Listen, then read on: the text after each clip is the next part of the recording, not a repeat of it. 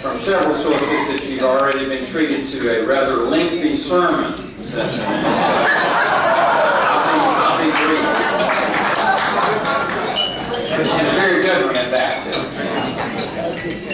I'm going to say two words of thanks.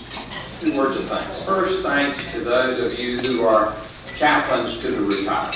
As I said in my prayer earlier, the retired priests and surviving spouses are often neglected or ignored or forgotten, or at least they may feel so.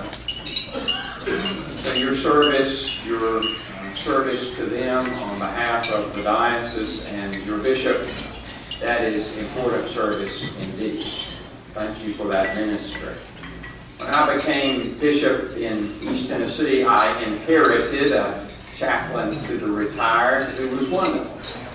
And after a while, after a number of years actually, he decided he needed to retire as well. But I did not wait long to replace him, because I realized how significant, how important this ministry is.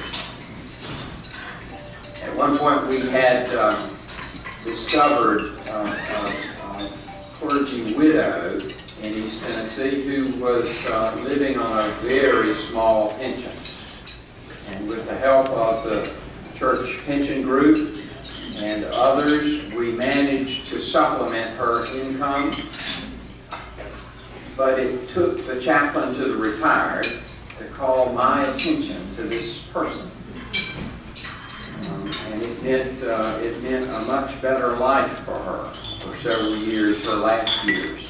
And I am extremely grateful for that.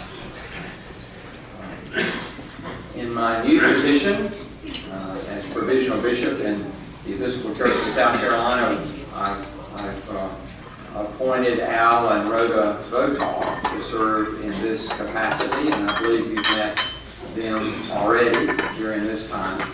And I look forward to working with them in what is a very, very important ministry. So the first thank you is to you who serve in this ministry on behalf of the whole church, and especially on behalf of those that may perhaps feel marginalized by the church they have served.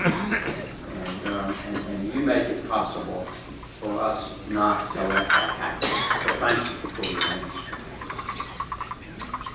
The second thing I want to say is a word of thank you to the church pension group, and indeed to all of you who have come to Charleston. This is so important. A big part of my responsibility and duties here, as I've come to understand, is to help people see that we are indeed part of something bigger. We are part of a church which wants to be supportive of us as we are of them. And indeed, it is all us. It is not us and them. And your coming here means a great deal to us. We have had the presiding bishop here. We have had the president of the House of Deputies here. The church pension group is coming back soon to do a planning for tomorrow conference. The House of Bishops in Province 4 didn't know they were going to meet in the spring this year, but they are.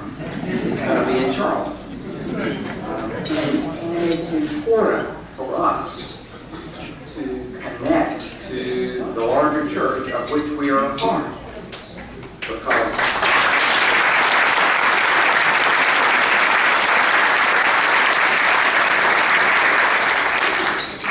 Episcopalians here have been isolated and separated for so long. And so your presence here means the world to us, because you are the church. You are part of the church of which we too are a part.